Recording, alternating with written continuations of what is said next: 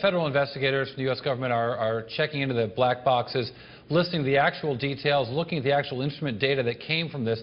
They actually flew the black boxes back to Washington, D.C., where they can be examined. They're doing a forensic examination of the plane itself. Eventually, they're going to actually take apart the plane engines and everything else to figure out exactly what happened.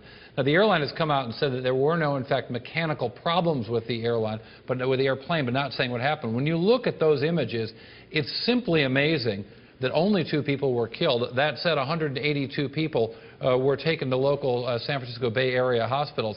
Now, this flight, Asiana 214, took off from Shanghai at about 5 o'clock Shanghai time, flew to Seoul, where it picked up a number of other passengers, and then continued on a 10.5-hour flight, roughly 10.5 hours, from Seoul to San Francisco. There were no signs of any problems, even into the landing.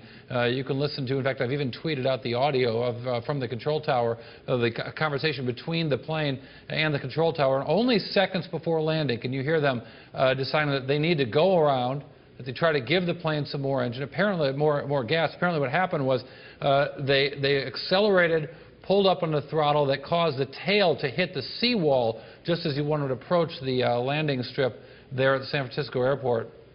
The tail hit, the plane skidded out of control, spun around on the airway, came into a grassy area between 2 runways, only about 100 feet from United Airlines flight about to take off on another runway.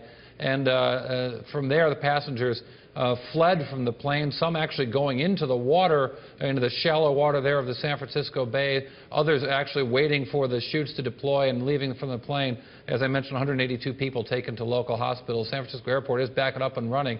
You can see all that debris scattered, the pieces of the plane, the luggage and so on, scattered all the way from the site of the crash straight out to right where the water is and where the actual collision initially took place. Yep, and all accounted for, because there were some reports on Sunday evening that maybe one was unaccounted for, according to the fire department in San Francisco. But we know that tragically 2 people died in this, but all on board have now been counted, right?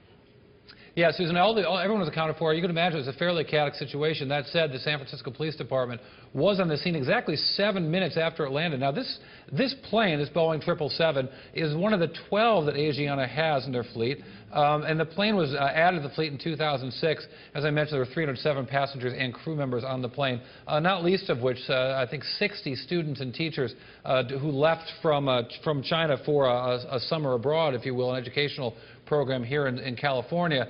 And you can see the flight that took. Now, once that plane came into San Francisco, that's, of course, when the problems showed up. Now, one of the things that happened, interestingly, social media taking effect here, there was a Samsung executive, a kind of well-known guy here, David Yoon, a Samsung guy, formerly of Google and of America Online, of AOL.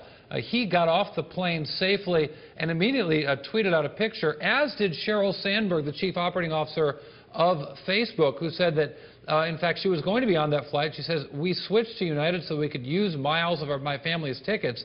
And then her family actually took a different flight.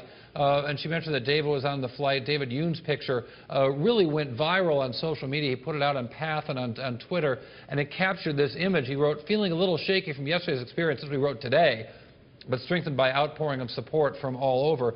The picture that he put up also really shocking, because you could see the smoldering plane sitting there on the runway. Now, his Twitter account, you see in that graphic there that he's got 25,000 followers. He had about 2,000 followers before he snapped this image, and which, as I said, when it was picked up and taken over all over the world, David Yoon declining any media requests to talk about the matter, but clearly a terrifying situation for anyone involved, and amazing that the casualties were so limited.